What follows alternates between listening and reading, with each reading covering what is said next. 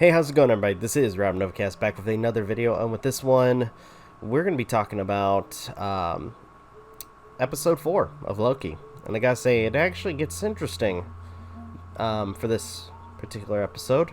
So, without further delay, let's go ahead and get started, and there will be spoilers. So, to start us off, or at least talking about the episode, it starts off with Sylvie as a young girl who, I guess, did something to cause her to be taken by the TVA, because she's just playing in Asgard, and the TVA shows up and takes her. And with that, and before she even gets her trial,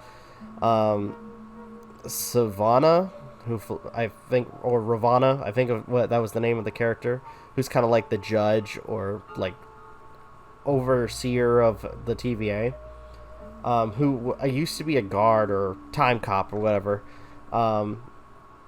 gets her foot smashed in as young Sylvie takes her tempad and takes off and runs away.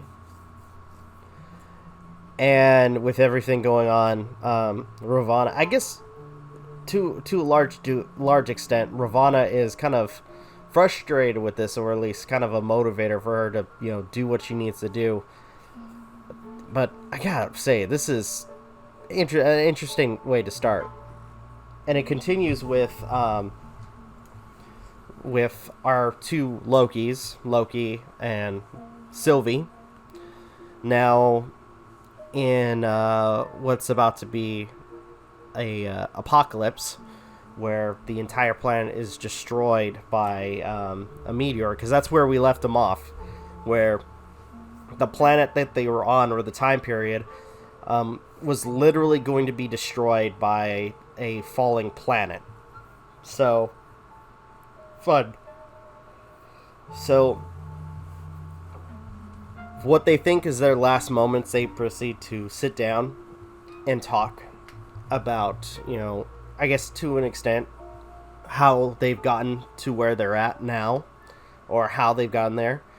And I guess this causes something, because as the planet is about to hit, they hold hands, and all of a sudden a nexus point, or a new branch, I guess splits from the sacred timeline, which kind of confuses the TVA, because apparently it's a lot different than any other branches that they've ever seen before.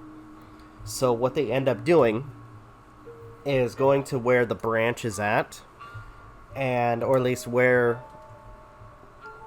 it seems like it's coming from, which is the planet that the two Lokis are on, and for a brief moment they're saved, only to be captured and then separated and interrogated.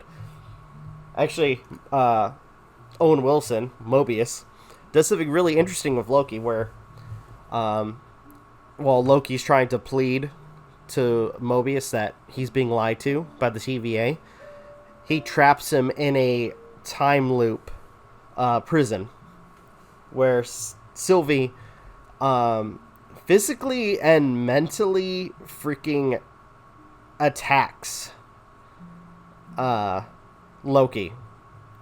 After, I guess, to set up the whole thing, Loki, I guess, pulled a prank on Sylvie, cutting part of her hair, and she, attacks him with physical force, and then tells him that he's always going to be alone. But turns out that's not going to be the case near the end, but I don't want to go too far. So, what happens next is we have Mobius and Ravana have a moment where they are kind of going back and forth whether or not the case is closed. Mobius wants to continue to question his Loki, or the Loki that we know, and Ravana's like, why? Because at this point we're done. The timekeeper's happy. Which, by the way, another thing I should mention is that near the beginning of the episode, she saw the timekeepers, and no matter, I guess whatever happened shook her really badly, because she mentions the fact that the timekeepers blame her for what happened. And another thing that goes on is apparently after the capture, the time cop that freaking Sylvie enchanted is dead. Mobius is confused about this. B-15 is confused about this. They try asking why, and they said that apparently due to what Sylvie did, Ravana claims that it caused her to just spiral out of control. Even though Mobius mentions the fact that she seemed fine the moment they saw her. So, to a degree, it doesn't make sense. B-15 is kind of worried about it. And there's actually a really funny line where Mobius talks about some of the other beings that they come across. And he talks about how Loki's the worst. I think it was like Titans, Kree, and even vampires. And I think that was supposed to set up for, even though they already did it for Thor Ragnarok, kind of setting up Blade, which I'm kind of wondering who's going to play Blade. But I'll get to that in a little while. But anyways, so going further, to a degree, after, I guess, stewing for a little bit inside the time loop, Mobius grabs Loki and starts to interrogate him a little bit. And I guess during the interrogation, there's that realization that apparently Loki began to have feelings for Sylvie, which Mobius calls him kind of like a narcissist, because he's literally falling in love with himself. To an extent, it's kind of funny. But at the end of the conversation, there's a moment where Loki mentions the truth about the TVA, and it's the fact that it's run by variants, that it's run by people that that were taken out of their timeline, their memories erased, and used to keep the quote-unquote sacred timeline. So, yeah. Mobius at first doesn't believe it, but then he talks to Ravana, and during the conversation proceeds to steal her temp pad, only to find the evidence that he needs to basically, prove the fact that the TVA is, again, run by variants who are brainwashed. Now, there's an interesting line that comes up where, especially with everything going on between Ravana and Mobius, where she asks him, if you could go anywhere, any when, where would you go? And at first he doesn't answer this question, because he basically says, I would be here. I would be here with you. Or into something in that regard. But, and there's a callback to that line, and it's actually really great.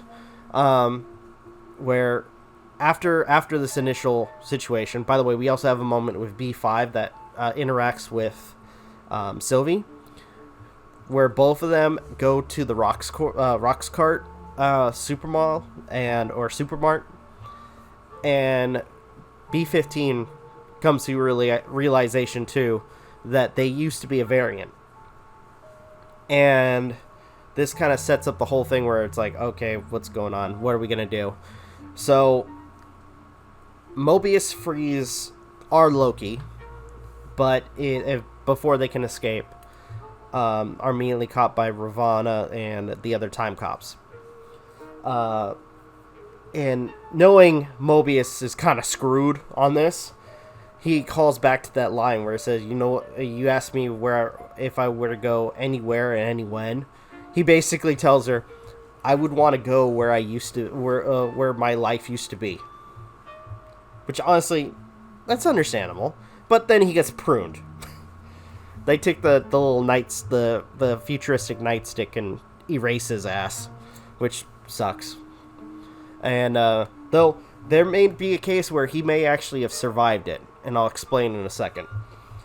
So, we continue with, or at least the time cops take our Loki and the imprisoned Sylvie to meet the timekeepers, where apparently they were going to be pruned in front of the timekeepers. So, that's, that doesn't go well. Because in that situation, B-15 shows up, deactivates their collars, and they fight back. They're able to take down Ravana and the time cops temporarily. B-15 is taken out, but not pruned. I don't think we see her get pruned, at least as far as I saw. And they kill one of the timekeepers, only to realize that it's a robot. And it begs the question, who actually runs the TVA?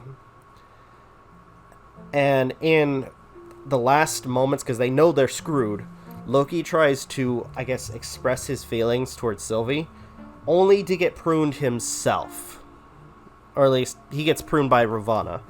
And Ravana ends up getting captured by Sylvie, and with Sylvie telling her that she wants to know everything, like who's in charge. Now, you'd think I'd be done. And lately, especially with the episodes, you'd think that, because there hasn't been end credit scenes, as far as I've seen, with the last 3 episodes. But we get an end credit scene. And it's actually a really good one. We see our Loki waking up, kind of first wondering if he's dead or if he's in hell. And turns out, no. Somebody says no, but you soon will be if you don't come with us. And we see not 1, not 2, but 4, and I skipped 3 because there's 4 variant Lokis standing in front of them. And in the background, if you like pay close attention, there's actually a lot of like crazy shit, like to look at the background. Looks like they're in some kind of doomsday like dimension, or I guess timeline. And a lot of people notice the fact that if you pay close attention to the background, you actually see Avengers Tower. Or if anything, it was probably Stark Tower before it became Avengers Tower. So if anything, everybody's dead. But again, there might be a chance that Mobius might actually be alive. And I say this because if Loki didn't die from this pruning, then perhaps, if anything, if the nightstick thingy was supposed to be something that just sends them to another dimension, then to a large degree, Mobius might still be alive. Who knows? But we'll see. But either way, this episode was actually really good. And if I were to give it a rating, it'd probably be a 10 out of 10. I will say I really enjoyed this. Especially with the setup that it's, there's more to come. Though, I don't know how much they're going to get done, especially with the fact that apparently after this, there's 2 more episodes. But we'll see. Either way, so far, I've been really enjoying this. So, with that, I think I'm going to go ahead and then end this video here. Thank you guys so much for watching. Truly appreciate it. If you guys can, please leave a like, comment, share, subscribe, all the good stuff. If you guys want to follow us on social media, links are in the description down below, as well as check out our daily content and the weekly podcast. With that being said, this is Rob Novakast signing off.